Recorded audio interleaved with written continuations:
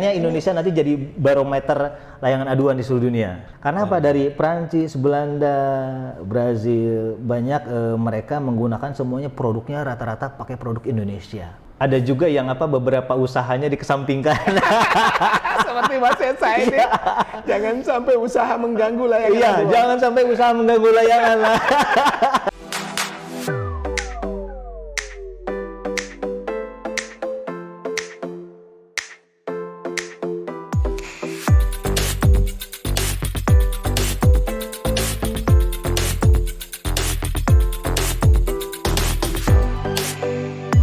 Jumpa lagi dalam podcast iNews Serpong. Kali ini akan berbincang-bincang seputar layangan. Nah, tentu layangannya bukan layangan biasa. Kalau selama ini kita sering dengar ada layangan hias. Kali ini adalah layangan aduan.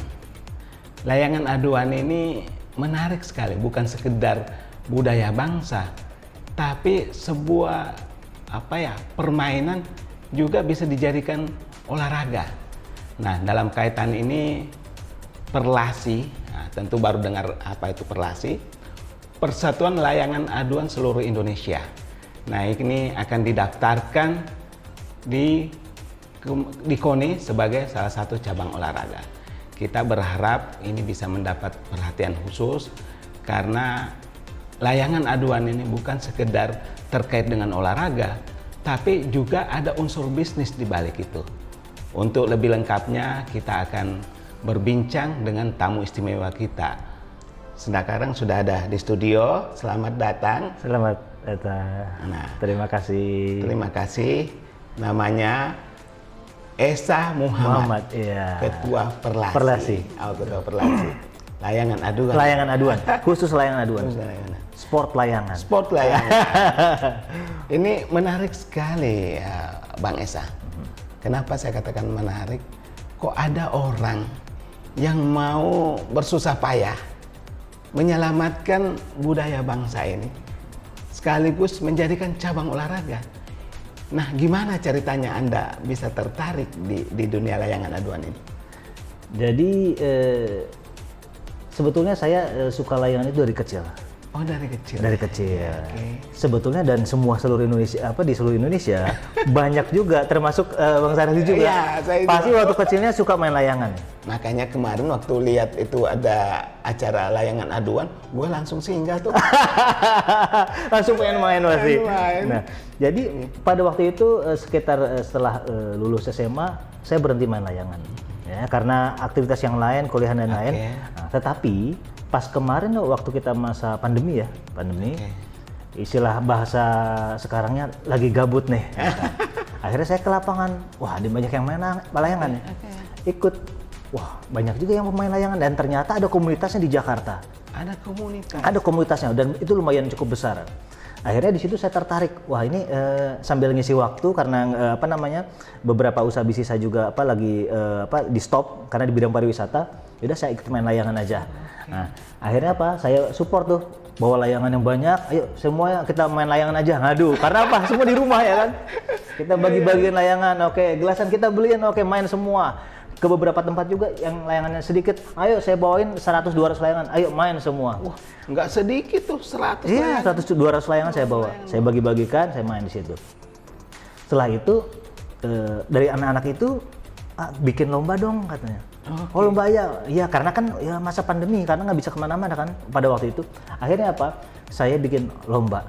Nah, bikin lomba layangan dan banyak yang tertarik pada waktu itu. Lalu kemudian lahirnya Perlasi ini diawali dengan kegiatan itu. Ya, jadi setelah saya bikin lomba kecil, saya waktu itu melihat juga lomba besar di di daerah Bandung. Wah ini lumayan juga dan dari berbagai seluruh Indonesia di daerah di Indonesia itu hadir juga di situ. Oke, saya bilang gini, di Jakarta kita bikin juga yang besar. Pada waktu itu saya bikin pertama Indonesia Super Cup. Judulnya keren, Indonesia Super Cup. Padahal layangan aduan. Dari situ saya bikin, saya ngelihat animo masyarakatnya, wah ini luar biasa. Bahkan dari yang usianya 9 tahun sampai usianya 60 tahun itu ikut lomba. Jadi dalam lomba layangan aduan ini kan lintas generasi ya? Lintas generasi. lintas generasi. Dan semua dari berbagai profesi itu ada. Oke.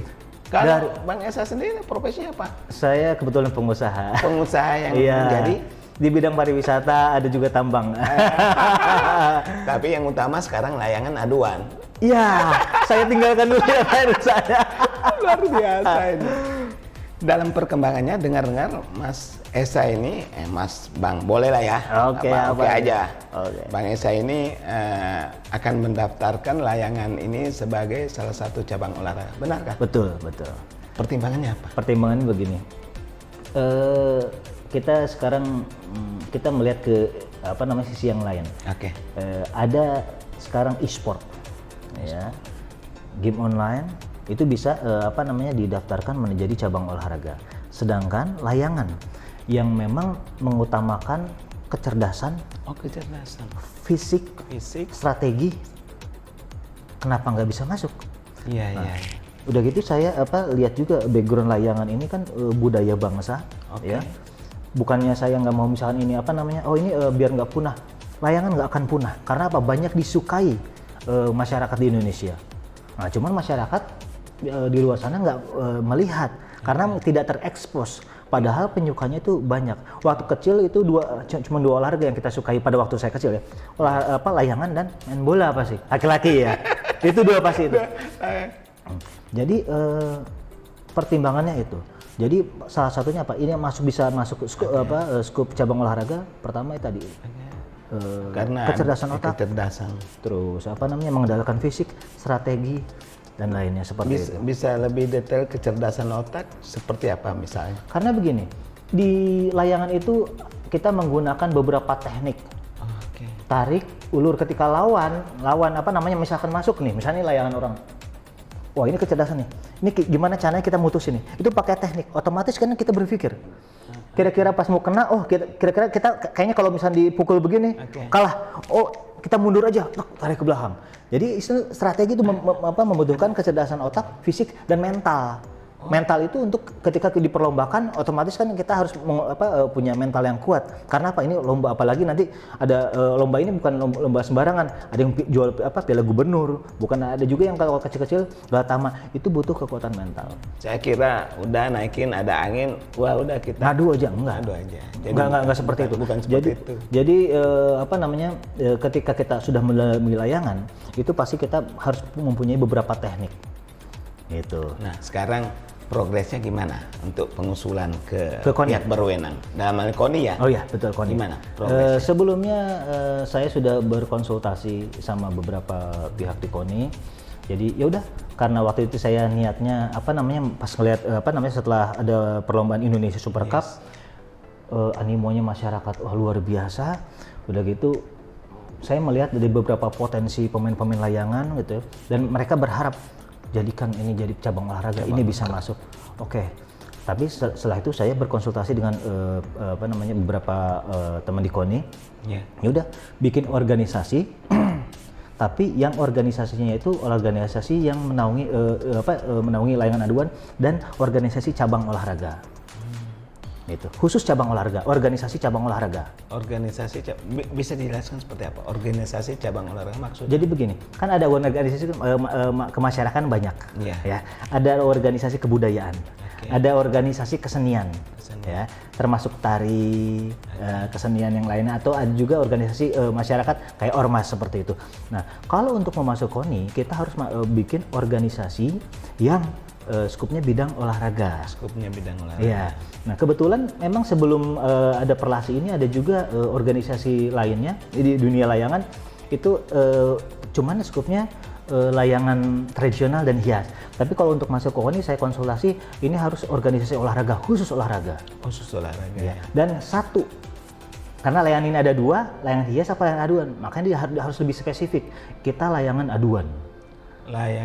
Iya, jadi nggak boleh kita nanti main layangan hias, nggak boleh. Khusus skopnya di layangan. Jadi memang harus fokus dan diwadahi sebuah organisasi. Iya, lebih spesifik. Dan lahirnya yang namanya Perlasi. Singkatannya? Persatuan Layangan Aduan Seluruh Indonesia. Jadi dari situ saya konsultasi, termasuk ADART-nya pun harus ADART yang sesuai dengan sama seperti PSSI, PBSI. Karena dia akan menjadi cabang olahraga Ya, yang jadi kita nanti menjadi induk cabang olahraga layangan aduan seperti itu. berlasi. Kalau kita misalkan salah di ADART atau misalnya di terdaftar di Kemenhumkam, nggak bisa kita masuk ke cabang olahraga seperti itu. Sebagai pemanasan, dengar-dengar ini akan ada perlombaan nasional. Ya, Kapan itu, Mas? tanggal 2 dan 3 Juli 2-3 Juli. dan 2-3 Juli Bulan Juli Juli. bulan depan ya, bulan depan ini. Itu kita bikin kejuaraan nasional Piala Gubernur DKI 2022. Oh, Piala Gubernur. Ya. Dan jangan kaget hadiahnya itu hampir 150 juta. Layangan. Nah, penonton mungkin nggak tahu ya, layangan aduan ya hadiahnya sampai ratusan juta. Oke, kita bikin. Dan nanti mungkin di kemudian hari, nanti kita rencana bulan Oktober kita bikin kejurnas layangan dan mungkin pesertanya 2.000 orang. Nah, Targetnya. Sekarang yang ini berapa yang mendaftar? yang tanggal 2-3 Juli ini rencana sebetulnya kemarin itu kita mau bikin 256. 256. Tetapi animo masyarakat pencinta layangan aduan ini yang mendaftar sampai lebih daripada 2.000 orang. Lebih 2.000. Terus gimana cara menyeleksinya? Akhirnya apa? Karena persiapan kita tadinya hanya untuk 256. Kebetulan sebetulnya saya pribadi sih enaknya 256 karena sedikit. Tapi saya ngeliat animo masyarakat. Saya ini juga saya menampung juga. Oke, kita masukkan 512. Meskipun pada pada waktu itu Pak Gubernur mintanya udah di fullkan aja. Cuman waktu itu kan saya kondisinya dua hari dan saya bikin 4 lapangan di PIK 2. Iya, 4 lapangan. Acaranya di PIK 2 Agung Sedayu. Akhirnya apa? Yang tadinya mau bikin 4 lapangan, 256 menjadi 8 lapangan kita bikin dan kita bikin 512 slot. Nah, ini Mas Esa. Dari seluruh Indonesia ya? Iya, artinya kan ini acara ini tidak main-main. Tentu melibatkan kepanitiaan yang besar ini. Iya, betul. Gimana itu kepanitiaannya? Kebetulan teman-teman dari Perlasi ini support habis, ya, dan ada juga yang beberapa usahanya dikesampingkan. Seperti Mas Esa ini, jangan sampai usaha mengganggu layangan. Iya, jangan sampai usaha mengganggu layangan lah. Luar biasa. Jadi kebetulan kita bikin kepanitiaan dari Perlasi, dari teman-teman Kolni, dari teman-teman IO. Jadi kini Perlasi kita serahkan sama IO bidang. Sama kayak PSSI menyerahkan kepada Badan Liga Nasional Indonesia, ada IO-nya. Kita bikin IO serahkan kepada IO dan IO ini yang mengurus semuanya. Jadi antara Perlasi sama IO ini kerjasama. Dan jadi panitianya itu ada sekitar 300 orang, termasuk sama IO-nya, mengakomodir semuanya. Jangan dulu, untuk menjadi cabang olahraga itu kira-kira butuh waktu berapa lama prosesnya itu? Sampai saat ini kemarin saya konsultasi lagi terakhir sama Bang Taufik, kebetulan beliau pembina KONI. Ini butuh waktu sekitar 2-3 tahun lagi. Ya, karena gini ke depannya dari sana juga dari KONI saya pengen melihat prospeknya seperti apa. Makanya saya bikin kejuaraan Piala Gubernur, nanti bulan Oktober kejuaraan nasional, bulan depan rencananya saya bikin kejuaraan ASEAN Asia. Dan setelahnya di ujungnya saya kemarin kontak juga sama Asosiasi Layangan Dunia itu Ludovic Petit. Saya telepon, video call, saya bikin saya ikut kejuaraan dunia di Prancis dan nanti nanti kamu saya undang di Indonesia, saya bikin kejuaraan layangan dunia di Indonesia. Oke, saya datang katanya. Indonesia. Jadi saya pengennya Indonesia nanti jadi barometer layangan aduan di seluruh dunia. Karena apa? Cita-citanya. Karena apa? Dari Prancis, Belanda, Brazil, banyak mereka menggunakan semuanya produknya rata-rata pakai produk Indonesia. Gelasan dan layangannya seperti itu. Pemirsa, menarik sekali soal layangan aduan ini. Tidak pernah terbayangkan bahwa begitu banyak peminatnya. Bukan sekedar lintas generasi, tapi juga lintas profesi. Tapi kita tahan sejenak dulu, karena ini masih ada bagian lain yang lebih menarik. Dampak ekonominya.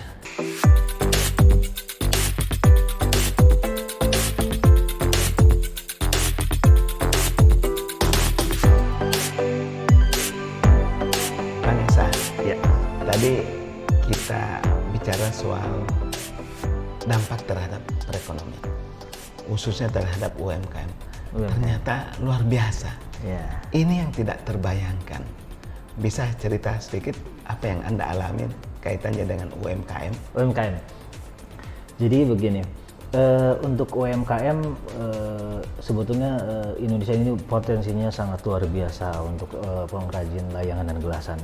Karena apa? Dari seluruh dunia, itu kita termasuk Asia, Eropa, Amerika itu pakai produknya gelasan ya, alatnya itu dari Indonesia. Gitu. Nah, jadi yang pengen membuat saya termotivasi sekarang pengen membantu para pengrajin gelasan dan layangan itu ada suatu kejadian. Pertama baiknya dulu ya. Saya tes waktu itu, saya bikin layangan produk sendiri ya. Saya bikin ini sendiri. Bikin sendiri? Iya ada bikin sama lewat pengrajin. Harganya waktu itu saya jual 5.000 ya di Indonesia. Oke, saya jual ke Belanda. Di Belanda dijualnya, Bang Syahril tahu harganya berapa? 140.000 rupiah, itu kalau dirupiahkan. 140.000. Padahal apa? Saya jualnya berapa? 5.000 rupiah. 5.000. Iya. Oke, tapi di sana di Belanda kena pajak 40%. Ada plus-plusnya. Tapi apapun namanya, dengan apa? Kan begini, Bang Esa. Kita seringkali banyak produk, tapi tidak jelas pasarnya. Iya, pasarnya tidak jelas. Ini poinnya. Apalagi harganya sangat bagus. Sangat bagus di luar. Ya, meskipun dengan plus-plus pajak apa segala, tapi faktanya harga di Indonesia 5.000, sana dilepas 140.000. Oke, lanjut. Bukan hanya ke ke belanja, ke Amerika saya kirim coba. Wah, ini harganya bagus ya. Wah di sana. Oke. Tapi yang membuat saya terenyuh gitu ya. Kenapa saya kekeh? Misalnya kalau kata orang Sunda ya kekeh. Pengen menaikkan UMKM di layangan sama gelasan karena saya merasakan waktu itu saya pernah beli layangan ke pengrajin datang langsung, berapa nih harganya? Dia bilang ini layangan bagus nah berapa nih? 1.200 aja nggak apa-apa. Oke, bagus ya nih, yaudah deh saya beli 300. Nggak salahnya katanya 300. Iya ya udah beneran nih dia 300. Makasih banyak. Wah oh ya. Boleh tahu nggak kamu emang untung berapa di sini? Saya untung 100 rupiah dari 100 rupiah. Ya, 100 rupiah. Saya pikir wah ini 100 rupiah cuma berapa? Tapi rasa syukur saya ini, waduh. Saya kebetulan di dunia bisnis anggap aja dengan bisnis yang lainnya, misalkan menghasilkan berapa nominal besar misal. Pas ini, wah ini cuma 100 rupiah. Oke, dan maksudnya di situ saya tergugah. Oke, buat saya memendam dalam hati. Oke, saya bikin nanti pengrajin ekspor semua ke luar negeri. Saya bantu semua pengrajin layangan termasuk gelasan. Oke, ekspor. Cuman waktu itu saya bikin contoh sampel. Oh harganya bagus di sana. Oke, makanya saya menghimbau kepada semua pengrajin layangan dan gelasan, siap-siap kumpulkan nanti bergabung sama Perlasi. Saya bantu semua teman-teman dari pengrajin layangan dan gelasan. Kita ekspor semuanya. Jadi saya itu bukan kemarin ngetes lewat merek Brotherhood, itu hanya untuk uji coba. Ketika ini bagus, oke, semuanya saya kumpulkan. Alhamdulillah kalau untuk untuk rezeki saya dari bidang lainnya saya sudah sudah alhamdulillah Allah kasih. Sekarang tugas saya mengakomodir mengentaskan UMKM dan insya Allah saya ingin mensejahterakan pengrajin layangan dan pengrajin gelasan.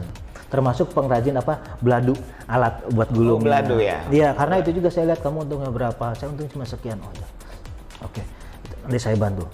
Kebetulan saya misalkan kebetulan ada dikasih sama Allah karunia bisa berbisnis ekspor impor, oke nanti saya bantu. Tapi untuk urusan keluarnya bagaimana? Ekspor sebagai barang dagangan. Apakah ada persyaratan khusus atau apa? Oh enggak ada persyaratan. Kan ini kan bukan barang berbahaya. Ya, tapi saya sarankan nanti dari semua pengrajin yang ada di Indonesia, pengrajin gelasan, pengrajin layangan, untuk membuat badan usaha minimal CV. Betul. Ya. Jadi Jadi nanti ada mereknya, ada legalitasnya jelas. Nanti saya offer. Tapi kalau misalkan yang nggak ada, oh ya ini saya hanya pengrajin kecil, oke nanti bergabung sama Perlasi. Nanti kita atas nama Perlasi bikin perusahaan, nanti kita lempar keluar. Dan nanti saya bayar kepada pengrajin dengan harga yang layak. Iya, iya, iya. Jangan sampai sedih kalau misalnya ngeliat, aduh cuma 100 rupiah. Tapi saya kira mendahului cita-cita itu kan sekarang ini Bang Esa sudah mewujudkan secara tidak langsung ya. Ya. Menurut saya melalui event-event tadi itu. Ya, betul. Kita bisa bayangkan kalau ikut event 500-an. Satu peserta itu kira-kira butuh layangan berapa itu? Satu peserta itu sebetulnya ketika bermain itu bermain 2 layangan ya, 2 layangan. Tapi dia harus menyiapkan 10 layangan. 10 layangan. Ya, dari 1 orang. Tapi rata-rata pemain itu membawa 100 layangan. 100 layangan. Karena apa? Untuk persiapan pemanasan dulu. Yes. Ya, pilih layangan yang cocok dengan kondisi angin. Nah, jadi ketika angin pelan, angin sedang dan angin besar, layangannya berbeda. Oke. Nah, jadi satu orang itu membawa 100 layangan. Dan bahkan itu minimal. Ada juga yang bawa 200 layangan. Ya. Iya. Artinya saya bisa bayangkan kalau event ini continue, itu Betul. dengan sendirinya akan hidup. Insya Allah mudah-mudahan Allah izinkan. Tadi saya bikin kejuaraan nasional, kejuaraan ASEAN, kejuaraan Asia dan kejuaraan dunia. Nah, ini tadi yang menarik bahwa pasokan lumayan ya. Artinya kita kan begini. Salah satu kelemahan dari UMKM kita itu kan ketika pasar ada, tapi supply-nya yang kurang. Nah, ini Iya, harus betul. dijaga ini. Iya, betul. Nah, sekarang daerah tujuan ekspor kita itu apa saja? Kemana saja? Di negara Asia misalkan. Ya, Asia.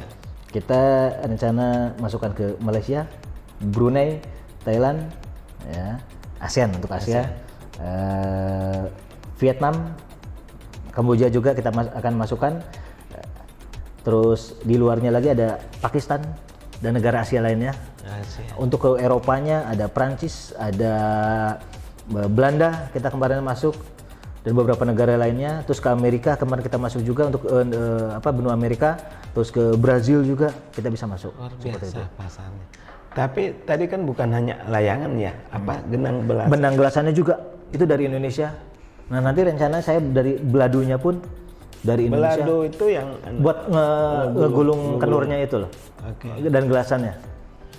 Nah, dan rencana nanti ketika kita bikin kejuaraan dunia di Indonesia, saya merencanakan pakai peraturan layangan aduan Indonesia.